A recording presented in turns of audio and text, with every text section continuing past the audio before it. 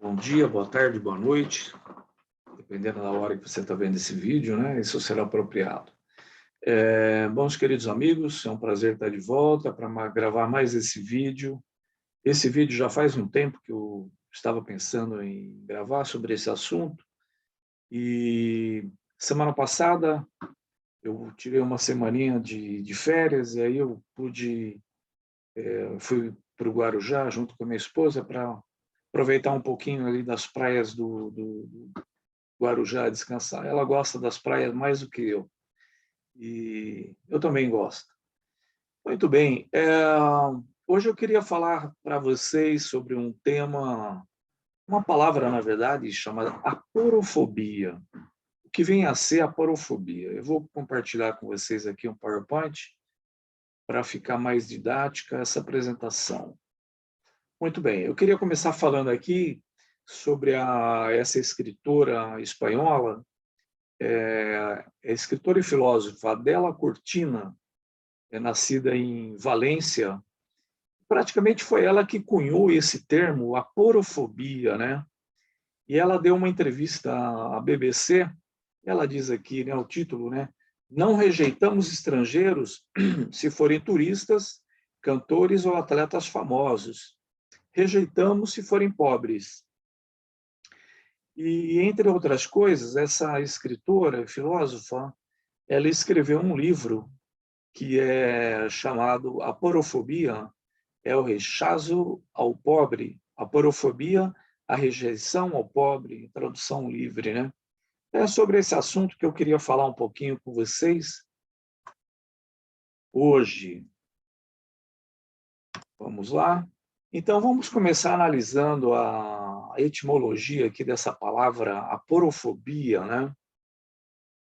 E a própria dela, a Cortina, ela explica, né? O termo aporofobia vem de duas palavras gregas, aporos, né?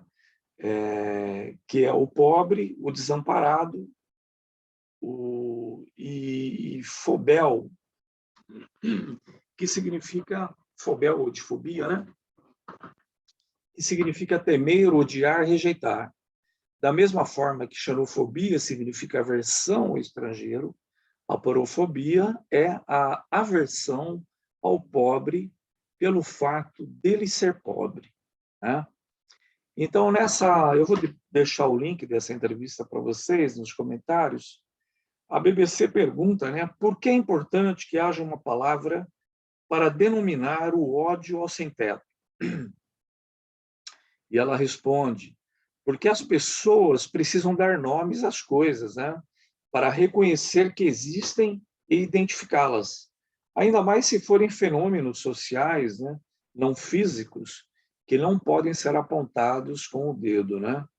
Eu concordo 100% com essa declaração. Acho que tem que ser dado nomes aos bois, né? Cada boi tem que ter o seu nome. A gente não pode fingir que ele não existe, né? Ou, como diz, esconder a cabeça dentro da areia, né? E fazer de conta que não existe. Nós temos que dar nomes aos bois, dar nome às coisas.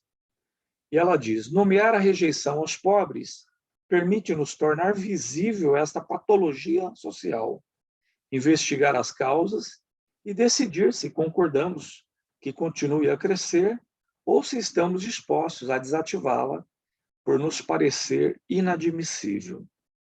Eu queria ter começado o vídeo com essa escritura, né? A gente lê no Novo Testamento que Deus não faz acepção de pessoas, né? Deus não faz. Assim como Jesus, durante a sua vida toda, ele não fugia dos pobres.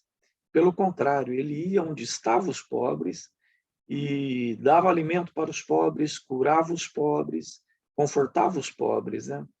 Então, Jesus, definitivamente, ele não tinha aporofobia. Ele tinha um amor a todas as pessoas e principalmente aos pobres, né? Então, esse vai ser o nosso assunto. Na sociedade brasileira, nós temos um problema sério, né, de aporofobia. Outras partes do mundo também, mas aqui é muito grave, né? Até porque nós somos um dos países mais desiguais do planeta. Eu peguei algumas coisas da mídia, né? Por exemplo, essa declaração aqui. Lilian Aragão compara aeroporto à rodoviária e cita passageiro de chinelo. Isso aqui foi uma coisa muito recorrente, né? Durante os governos trabalhistas, né? Muita gente reclamava que pobre estava enchendo os aeroportos, né? E que o aeroporto tinha virado uma rodoviária. E esse comentário, por mais que alguns queiram tornar inocente, ele não é inocente, porque, na verdade, muitos se incomodavam de chegar no aeroporto e encontrar com os pobres nos aeroportos. Isso é fato. Dividir o assento ali ao lado de uma pessoa pobre, o que o rico pensava normalmente, né, é esse pensamento. E o pobre está no lugar errado, né? Ele deveria estar lá na rodoviária, na estação Tietê, pegar um ônibus e viajar 3 dias e não ali, né? Então, essa foi a declaração da esposa de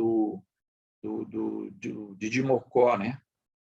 Alguns deles conhecem. Ok. Durante os governos trabalhistas também, uma coisa que foi é fato, né? Não é achismo, a proporção de negros e indígenas nas universidades triplicou, né? Em 21 anos no Brasil. Então, um negro, um indígena, começou a fazer engenharia, medicina e fazer cursos que, na verdade, ele nem chegava na universidade, né? Esses pobres começaram a chegar. E isso começou a incomodar bastante. Tem um filme que eu recomendo, que é A Que Horas Ela Volta, né? Que fala sobre o filho de uma empregada que mora lá numa casa bacana, né? E o filho do rico não passa no vestibular e o filho da empregada passa. E aí tem toda uma situação aí que mostra um pouco desse desconforto daquelas pessoas da classe mais alta, né, com a ascensão daqueles que estão na escala social, considerado, são os mais pobres, né? Muito bem, disso que eu já falei, proporção dos negros, muito bem.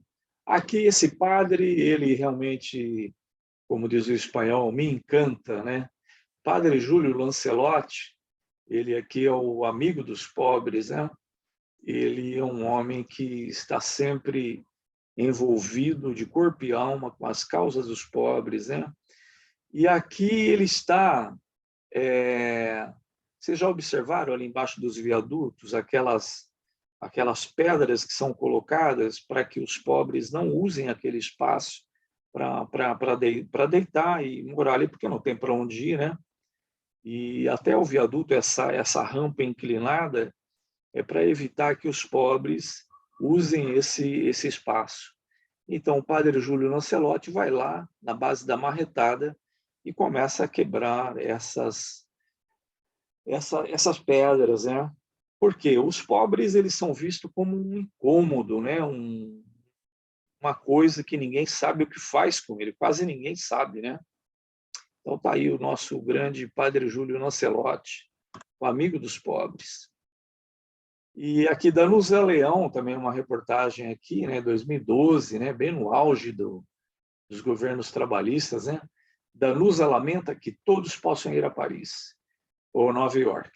Então, é um charme, né, você ir para Paris. Eu nunca fui a Paris, espero antes de morrer também ir. Mas a Danusa faz um comentário assim, meio que inocente, mas, na verdade, trazendo esse desconforto, né?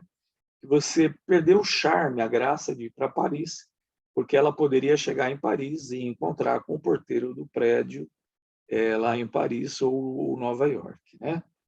Então, isso também, no meu entender, vai nesse sentido da aporofobia, né?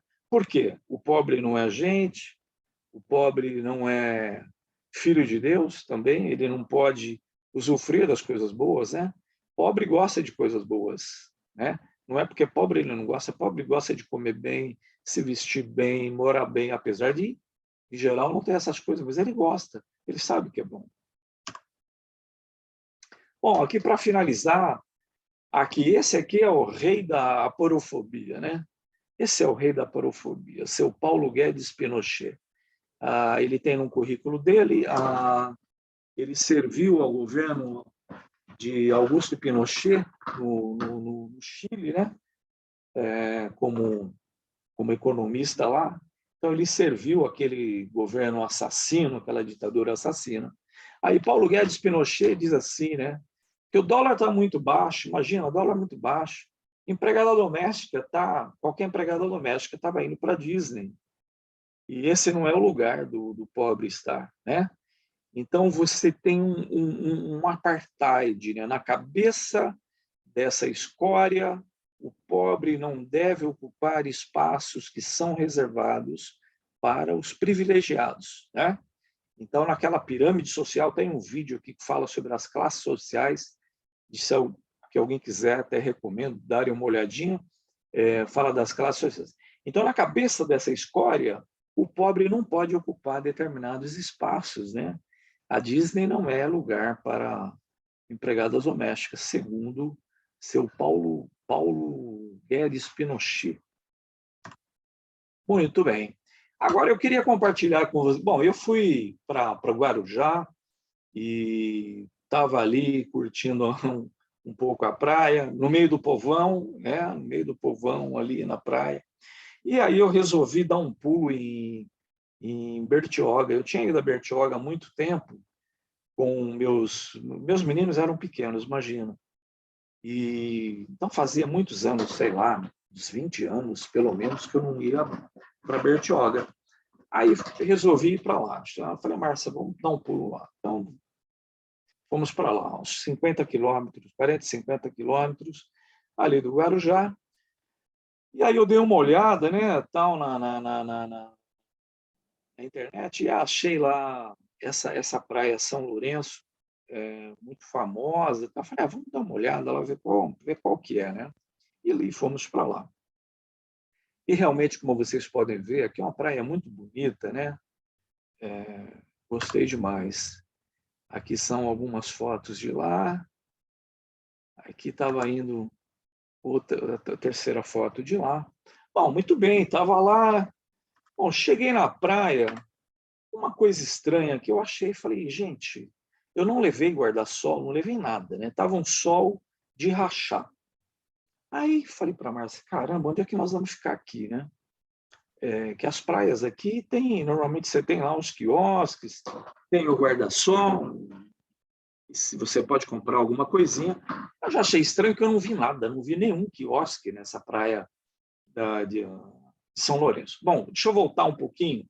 Na hora que você chega nessa praia, você vê os condomínios de luxo que tem ali, prédios muito bonitos, condomínio assim de alto padrão. Eu achei até estranho, né? Falei, puxa vida, né?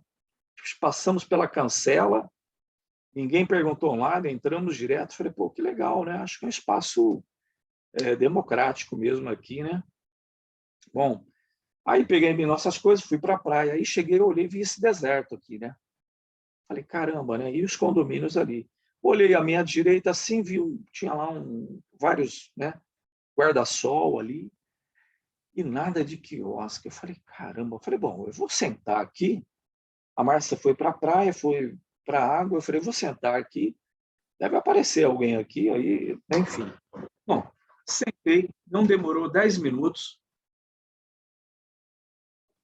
Apareceu uma pessoa e já para anunciar que a gente não podia ficar ali.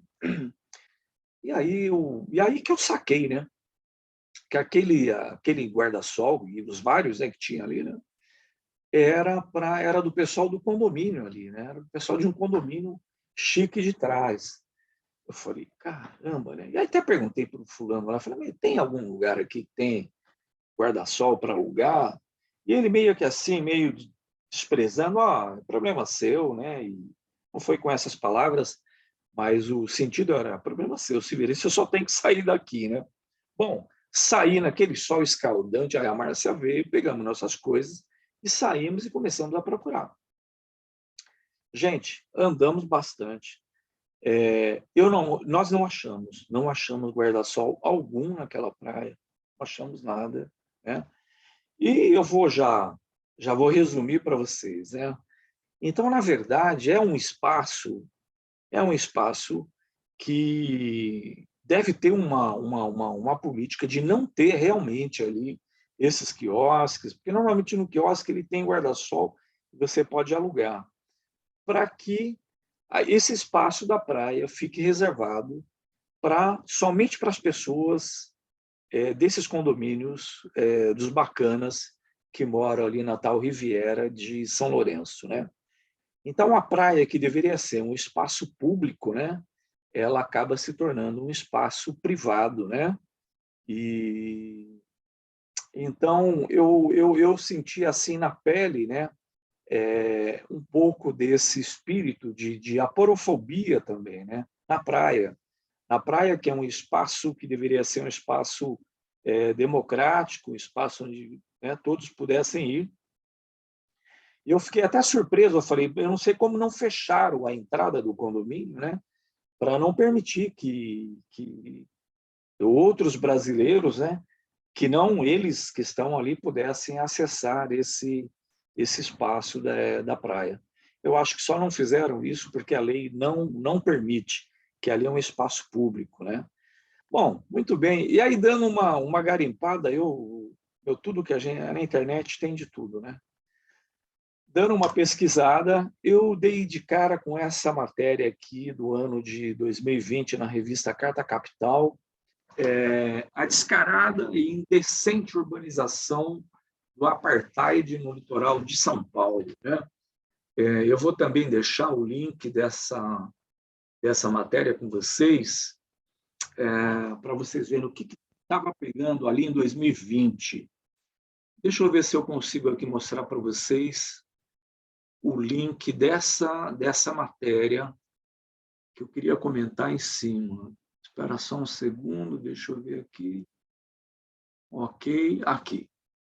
A descarada e indecente urbanização do apartheid no litoral de São Paulo. Aqui fala de Maresias, mas ali isso é geral, né? Elite com casa em Maresias se une para impedir construção de conjunto habitacional do programa Minha Casa Minha Vida. O governo tinha um projeto de construir ali Porque o que acontece, gente? São milhares, sei lá, deve ter milhares de apartamentos de casas ali nessas praias. E é claro que essas pessoas não fazem trabalho de casa, eles precisam dos pobres para fazer o trabalho para eles, né? Então, quando eles foram para lá, o que acontece? Tem essa demanda. Só que pobre nessa região não tem onde morar, né?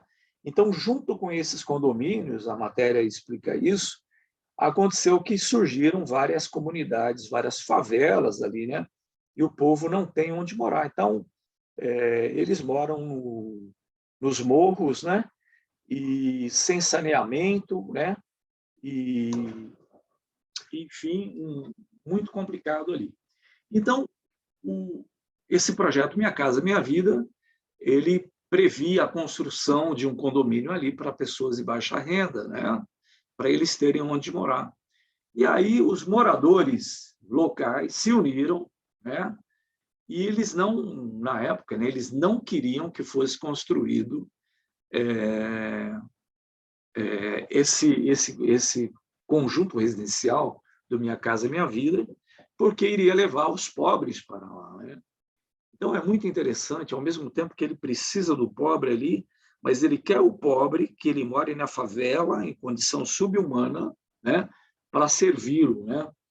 E o medo de que o pobre também pudesse invadir essas praias, né? E é interessante aqui que diz assim, face à revolta dos moradores, um alto funcionário de Bolsonaro diz estar sensibilizado, já que ele também tem casa lá, por isso acompanhará de perto a questão, né? Deixa eu ver aqui. Então, meus amigos, é uma coisa assim horrível, né? É uma coisa horrível, né? Você vê que Infelizmente, aí diz aqui, no litoral paulista, a classe média alta e alta paulistana foi construída da década de 80 para cá. Muito bem. Só que esse litoral sul aí, né, realmente ele fica ali, tem esse problema sério.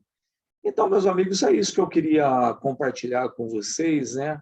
Só dizer que a aporofobia ela está enraizada na sociedade brasileira, né? Existe um preconceito enorme contra pobres, né? Que é uma coisa secular, na verdade, né? O pobre ele é visto como um ser inferior, né? Que ele não deve ter os mesmos direitos, né? Então a gente tem como diz o Darcy Ribeiro, a elite brasileira é a pior do mundo, né? Uma elite ignorante, uma elite gananciosa, ranzinza, e que eles pensam só neles, né? O pobre deve nascer, morrer e não usufruir, né, da cultura, da educação, de uma boa moradia, de boa qualidade de vida, né, da cultura, né? Então, que nós possamos refletir sobre isso e, como cidadãos, né, que nós possamos... Estou me lembrando agora quando o Salvador disse que ele veio para que tivéssemos vida e tivéssemos vida abundante, né? E vida abundante não é morar em favela, não é passar fome, não é não ter educação, não é morrer ignorante, né?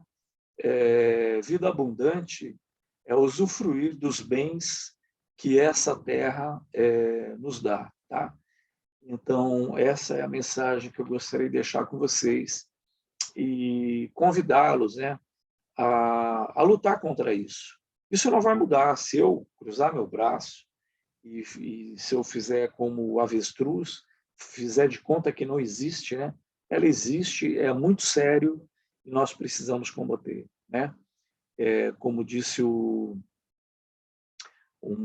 bispo, um bispo, um bispo católico, né? Que ele falou: quando dou comida aos pobres, me chamam de santo.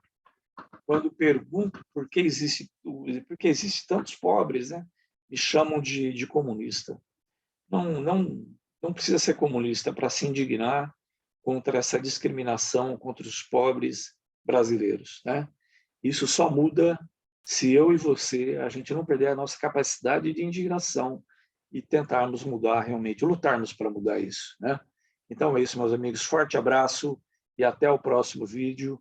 E abaixo a aporofobia. Grande abraço.